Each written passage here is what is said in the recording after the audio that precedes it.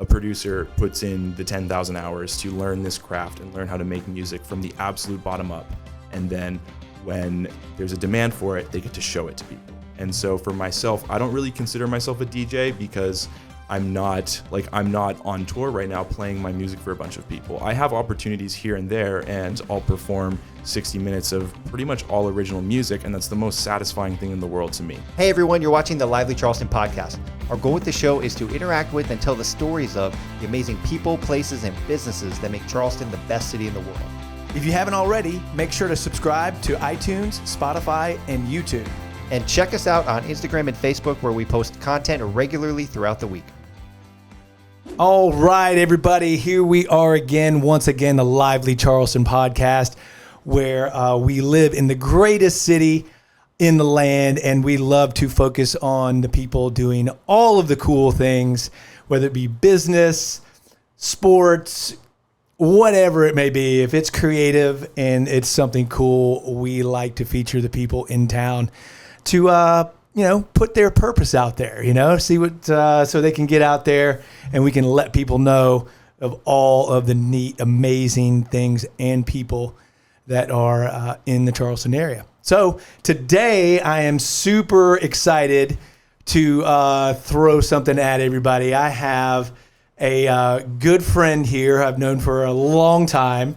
I've known him since he was a little guy, and he has built something very unique, I think, especially for this area.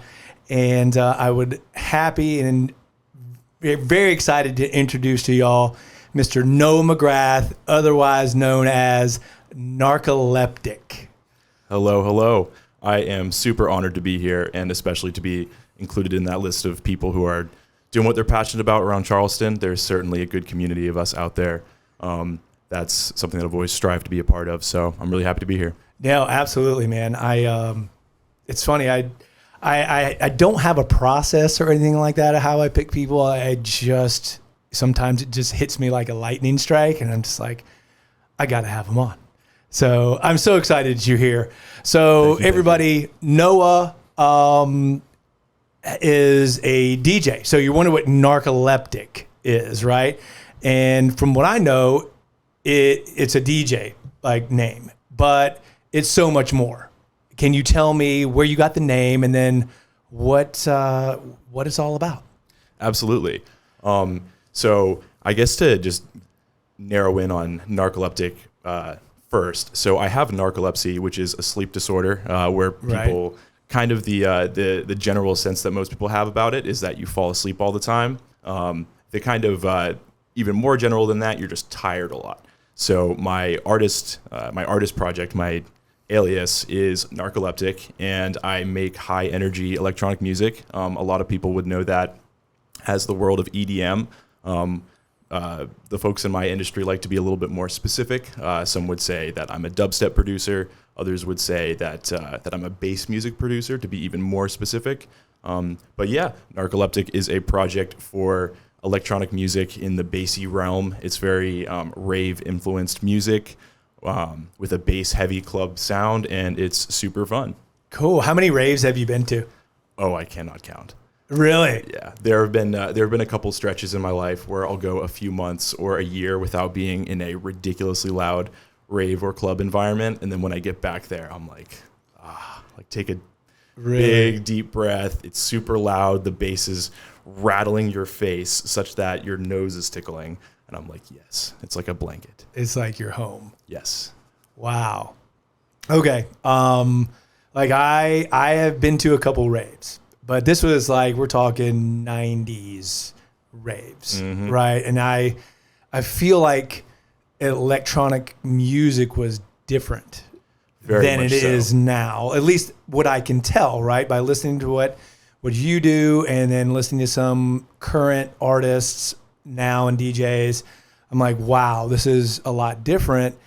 But I guess there's always a starting point, right? Like rap music, hip hop, all that stuff too. Were there who are some of your greatest influences, I guess is kind of what I'm alluding to? A couple of the guys who have inspired me the most, Skrillex is a name that probably most people of this podcast have heard of in one sense or another. Kind of more recent producers that are big in my sphere. Virtual Riot is really big and popular. And then another guy is this artist named Peekaboo, who makes kind of weirder experimental bass music. Big fan of that guy. Just a couple names that probably most people wouldn't have or wouldn't have heard of. But if they check it out and do like it, then you'll probably like my stuff too. Okay. Awesome. I definitely heard of Skrillex. Yes. For sure. Mm-hmm. There is, I mean, I remember the first stuff. It's not a band, right? It's one person, right? Yes. So Skrillex was the front man of a band and then ended up pioneering dubstep as it translated from a very specific dark UK genre to this massive United States based festival club sound. And then dubstep has had ups and downs, but now it's on the come up. Okay, so you mentioned dark. Yes. And a dark club sound. That is what I remember. Like from my 90s rave, it was very sexual. It was like very sexual, dark, driven kind. Anyway, I just had to say that because that's what I remember it being for me anyway. It was like very not, hey, everybody, we're good, everybody scream. You know, it was none of that. It was just like grinding sound. I mean, not, anyway. It was like know that. What you mean. It was just like this background stuff, you know, and it was just, but it was very like slow and this grind sound that definitely exists today. But one thing that's cool about electronic music is that it's always been influenced, given, you know, electronic music, it's based on the technology that is used to produce that type of music. So back in the day, there were pieces of gear that kind of looked not too far off from the unit that we're recording this podcast on, where it kind of sends out a bunch of beeps and boops, and the limits of that technology is what creates the genre. But now with computers and software, if you're 10 years old and you have your mom's old laptop, you can download a piece of software and make any type of music that you want. And so these electronic genres have gotten very, very specific and have developed a lot. And that's why you have these different segments that we have today, bass music, quote unquote, and dubstep being one of them. Okay. So you mentioned kids grabbing their mom's laptop and whatnot like that. How did you get started in this? So that's a really good question. I've been playing music all my life. I had a drum set when I was like 2 years old or something. Yes, I remember that. Yeah. In fact, I think, didn't we play drums when I was like, dude, 9 or 10? I went to your house for a Christmas party, and you and your brothers went up in that room. It was like the Frog, the finished room of your garage, and had all the instruments, and y'all jammed out for everybody. It was so cool. That was my bedroom, which was basically a glorified band room, and things haven't changed too much since then. The instruments and gear have maybe developed and swapped to what I currently utilize every day. But I mean, that's pretty much my life. But going back to how I started, so I was always playing music and involved in that. I got really big into school band, and that kind of pulled me away a little bit from doing or making music by myself, because before school band, I was much more like collecting instruments and then finding friends to play those instruments. And if someone could play piano, then I would be like, all right, I'll jump on the drums. If you can play drums, I'll jump on the piano, or I'll jump on the bass or the guitar, blah, blah, blah. Trying to kind of do whatever I could to just be creative and make music with people. Fast forward a few years, I get to college, and I'm sitting there in my dorm room with a laptop and, Microsoft Word and my academics on the internet. But other than that, I was like, okay, I can use this to make music, right? So I downloaded a software, an Apple software, Logic Pro, and started making house music. And it was really bad for a couple of years. I'm really, very much. I doubt that. Oh yeah. The my test for my music capabilities as a producer has always been, can I play something that I made next to something that people like? And if nobody says something bad, then that means that, okay, at least I'm at a baseline trajectory of something potentially good. Okay. And it took a very, very long time before that, because I would make something, I'd like play a song and then put on mine after in the car, and it would be like so quiet. You couldn't hear the drums, and people would be like, what is this? And I was like, oh, it's a bad ad. Hold on, let me skip. Okay. All right. So I'm going to kind of go backwards a little bit. When did you, if I remember right, you were kind of teens, 20s when you discovered you had narcolepsy? Yes. I was, it was my senior year of high school, and it was a really difficult time actually because I was kind of unchecked and unmedicated for narcolepsy, and narcolepsy kind of manifests sometimes in your adolescence, and there's kind of actually a sad trajectory that most people with my sleep disorder have when they arrive to their diagnosis, because you get diagnosed with everything else before narcolepsy, because narcolepsy is kind of fringe. So I was told like ADD or, insomnia or just depression. And eventually at one point I was actually pulled out of school because my teachers were like, there's something wrong with Noah. He's depressed. He's a zombie during the day. He doesn't remember what happened during class. He's always falling asleep. But there was this weird two-sided thing where when I would be around my peers or doing things that I'm engaged in or making music, I was on the ball, and I was always really, engaged. Energized. Exactly. Yeah. Stimulated, happy about life. So it was this weird paradox happening, and I was seeing therapists, and eventually one therapist was like, you might have narcolepsy. And I had taken AP psychology at Wando High School. Shout out Wando. And I was like, what? Like, I read about that. There's no way. And I ended up getting a sleep study done. And it turns out I very much have narcolepsy. So all those times don't get me wrong. I've had ups and downs with mental health, as a lot of people do. But a lot of that was influenced by the fact that my body was forcibly putting me to sleep when I was trying to be on 2 feet.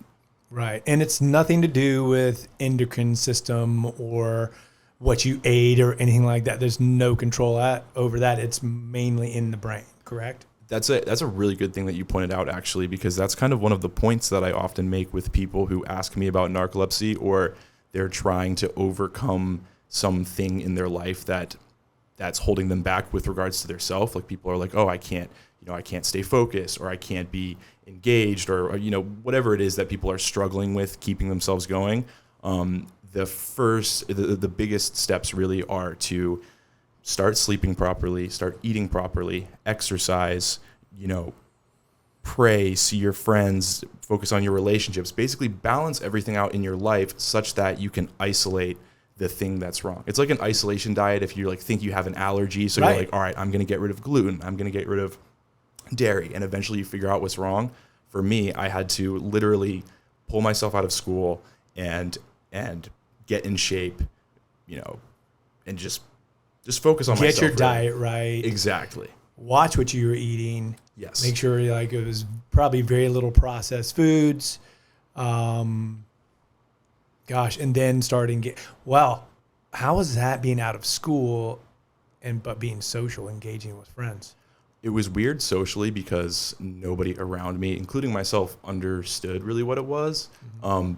And it was kind of an odd circumstance in my life where I just had to allow that ambiguity to flow. Like, people would ask me what's wrong, and, are you okay? Why are you in school sometimes? And, now you're not, but I'll see you at a party. And I'm like, it's hard to explain, but I've always had good people around me that have given me the benefit of the doubt. Mm-hmm. But that attitude, I've always had to kind of do a self-assessment every year or two, and kind of check up on myself. How am I managing my narcolepsy? Which is really a good thing for people to do just in general. Like, I agree. Hey, these goals that I had with regards to my fitness or my personal life, or, or my relationships, like with people, how am I doing with that? And, do a self-assessment. For me, it's a little bit more specific with narcolepsy, but I've always had to manage my symptoms. And one thing that really reminded me of that is when I went to college, I had really poor discipline. And again, I had to take a step back actually and took online classes. Welcome to college, by the way. Right. Yeah. I definitely did that extra semester. But that stuff's important. I mean, I've talked to a lot of people who are having a difficult time, starting a career or in college. And I'm like, look, man, if you have to take, 6 months and really focus on yourself and get your stuff together, get your business in order, make it so that you feel like a rock star to your day to day, then go kick butt at whatever you're trying to do. Yep. You know, sometimes that's important to get your ducks in a row. Oh, absolutely.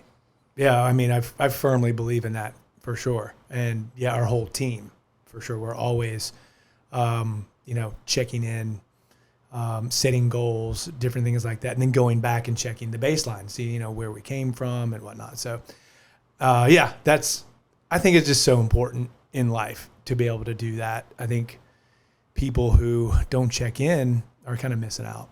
Yeah. Honestly. So you went to college, you find out you have narcolepsy. People are probably uneducated about it, of course, and you probably weren't the guy picked to go on long road trips and drive.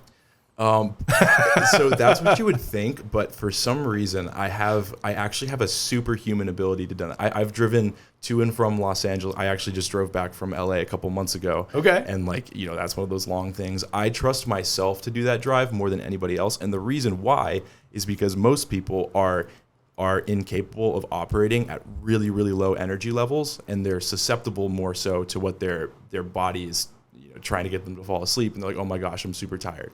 For me, not to paint a grim picture, but I live like that a lot of the time. That experience that most people have when they're like, they've been up for 20 hours or something, and they do that 3 days in a row, like you're super strung out. Like, I'm very used to that existence. So I have a very good autopilot. Wow. Which kind of sounds bad, but I don't know. That's fascinating though. Yeah. Because you're an expert, or you're more attuned to operating in that space. Pretty much. Now, I know my limits, and I will be the first one to say, like, I'm pulling over, or I can't do this, or I have to go home. I'm very good at, like, saying no and, in that regard, because I have to be. But, yeah, I'm pretty good at operating on those levels. To give a specific example, the way that narcolepsy works is my sleep cycles are erratic, completely random. So most people, they fall asleep. 90 minutes later, they're in a nice, healthy stage 5 or REM sleep or whatever, and they go through these long sleep cycles where their brain is forming memories, repairing yourself, just getting good, healthy sleep. My brain waves are literally random, completely all over the place. So I get about 25% the amount of healthy sleep as a normal person.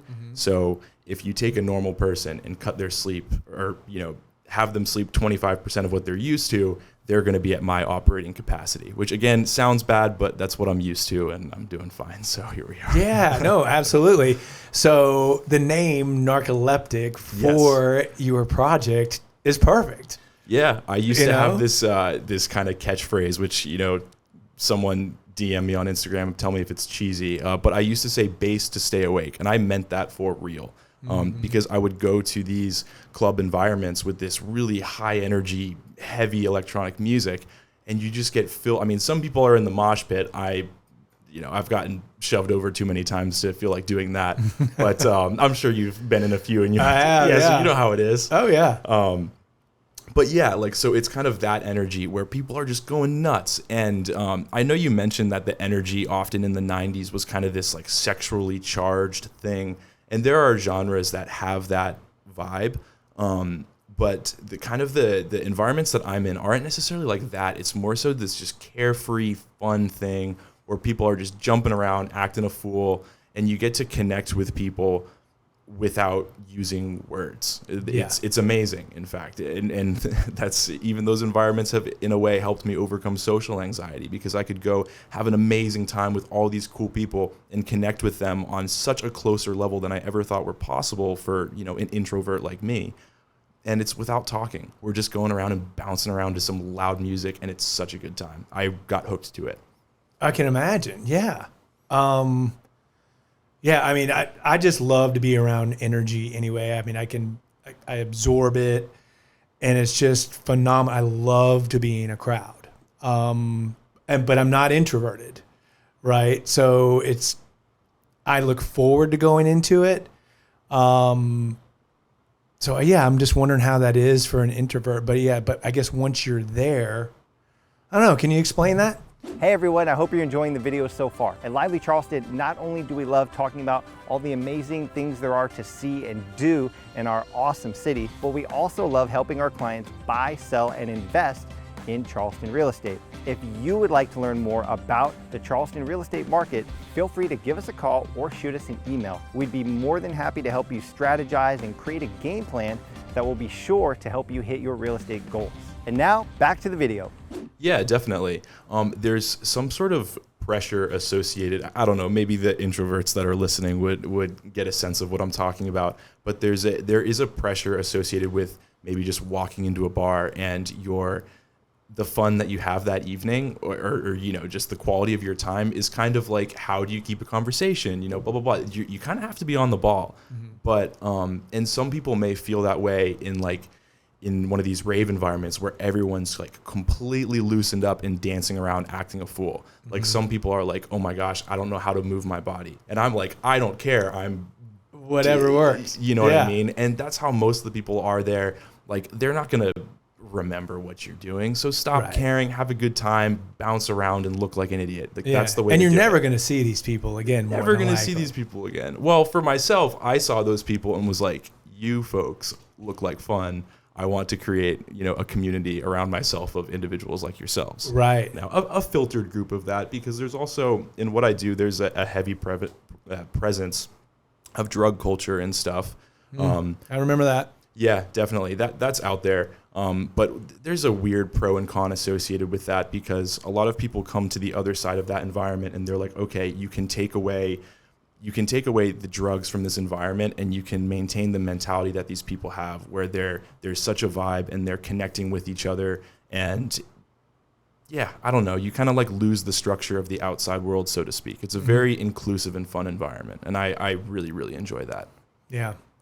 I started following and doing some research of different raves and EDM raves. I mean, but they're huge. They're absolutely huge. I mean, Burning Man is one of them. That might be like the one that's most notable, at least for me. I've heard of that for years. I've had friends go to it and stuff like that, where it's like a week long, right? Mm-hmm. And then there's recently one that Ellie, who you met a little while ago, she went to down in Miami. I forget. Was it Ultra maybe? Ultra. Yeah. Oh yeah. That one. Yep. Been there, done that. And then I guess there's another one. What's the big Tomorrowland? Something like that. Tomorrowland is a huge one in Belgium. Yeah. So I mean, this community is a lot bigger than people think. Oh yeah. It's much bigger. It's huge, and it's very, very much on the rise. It's one of those things where, like, I had seen, pictures and videos of this stuff online before going myself. And then my first music festival a number of years ago was Ultra. And I remember getting there and being like, oh my gosh, this exists and you can buy a ticket and go to this and nobody's stopping you. Like, this is insane. And yeah, it's honestly these music festivals, in my opinion, are the coolest thing that human beings have ever done. And you cannot convince me otherwise. Whatever. That's my take. It's so cool. I mean, I've seen videos and it's just like people are just being free and just being themselves. They get up, dress all crazy or sexy, scantily clad, whatever they want to do. I mean, it's just really amazing. They're dressing like each other and matching groups and your rave fam. Yeah, it's so much fun. And what's really interesting to me is like it's people from all over the world. I mean, just flock, and it looks really, really neat. Yeah. Well, very cool. So I know you were saying to me in our questionnaire that you don't consider yourself DJ Narcoleptik, even though that's kind of, you're more consider yourself a what? Yeah, so first and foremost, I'm a music producer. Okay. One metaphor that I often give, which DJs out there, don't shoot me. One comparison that I like to give is that a producer is more like a chef and a DJ is more like the waiter, in a very, very, very broad terms. There are absolutely DJs with tons of skill who make it their art and that's their thing. Mm-hmm. But the overarching concept is that a producer puts in the 10,000 hours to learn this craft and learn how to make music from the absolute bottom up. And then when there's a demand for it, they get to show it to people. And so for myself, I don't really consider myself a DJ because I'm not on tour right now playing my music for a bunch of people. I have opportunities here and there, and I'll perform 60 minutes of pretty much all original music, and that's the most satisfying thing in the world to me. But a DJ, first and foremost, is somebody who plays music and mixes it together for a crowd. I can do that. I have done that, and I do and will in the future. But that's such a small fraction of what I do. One day, with the demand and the fan base, maybe I will be performing more than I'm producing. But I start out off as a producer, and I bet you I'm going to end as a producer because that's what I love to do. Very cool. And you have a label that you've created, right? Or is it? I don't know if that's the correct term. I'm sorry, but Sound Pharm. Right? Yes, Sound Pharm. So a label it's an arbitrary term. Okay. And a lot of these things are. Because in this electronic age, there's no more, exactly. You can no more record labels. There's music. The structures have kind of been whittled down because now everybody has the same network capabilities given the internet. So yeah, I call it a sound label called Sound Pharm. This is a company for producers where our products are music production tools. So every producer uses samples in their music. So if they want a drum beat, they download a kick drum and a snare drum and a hi-hat, and they make a drum beat, and so on and so forth. They go on to create music. Not everybody is interested in making those individual music samples. I am. It's something I love to do, and I sound design for other companies as well, where I make sample packs. These are folders of WAV files, basically, and then companies sell them. I was doing this for other companies for a while, and then eventually I started developing my own brand and trying to hone in on a sound that was unique to myself and my capabilities. As well as a brand image, which if anyone goes to my website, to Sound Pharm, you'll see the brand image is very specific and kind of unique. And if you're a producer, you'll be like, okay, I haven't seen anyone release samples in this kind of packaged format. So yeah, that's what Sound Pharm is. It's just a website and an outlet where I get to put my creative brain to another use. I'm going to be doing that stuff either way. So it's nice to have another brand outlet where I can put out product. For sure. Okay. And just for all you people, who listen and watch, Noah, when he came in here, he wanted to do a couple things, right? You wanted to kind of shine a light on narcolepsy a little bit, yes. Right? And I think we've done that. We learned a little bit about that.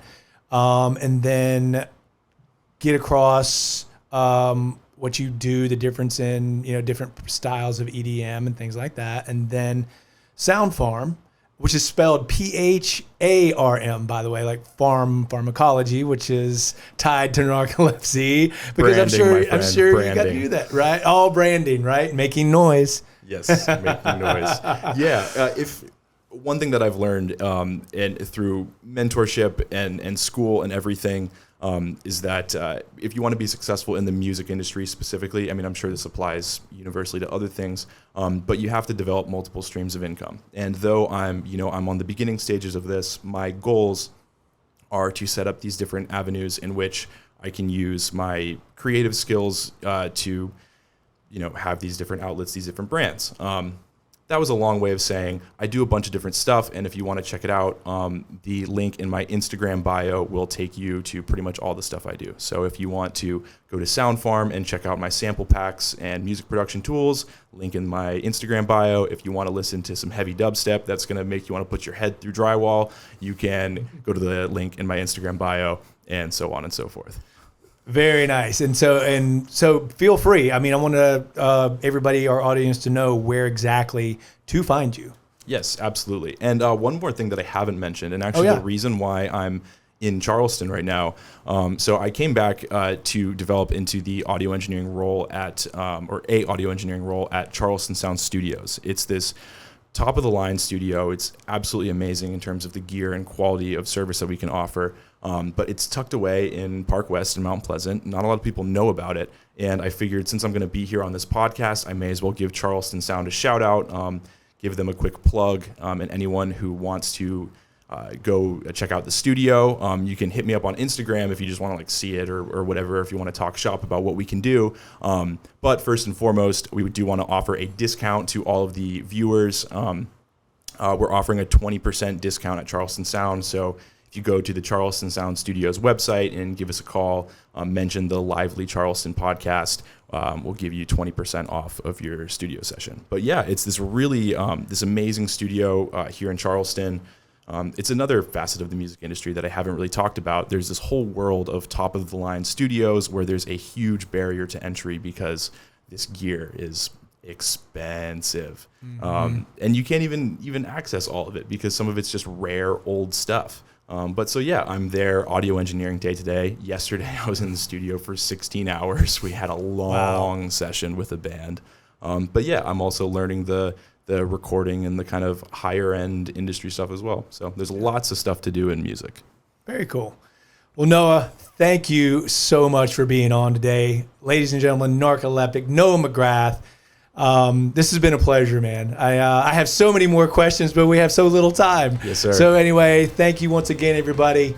Thanks for watching, and we'll see you next time. Cheers, y'all.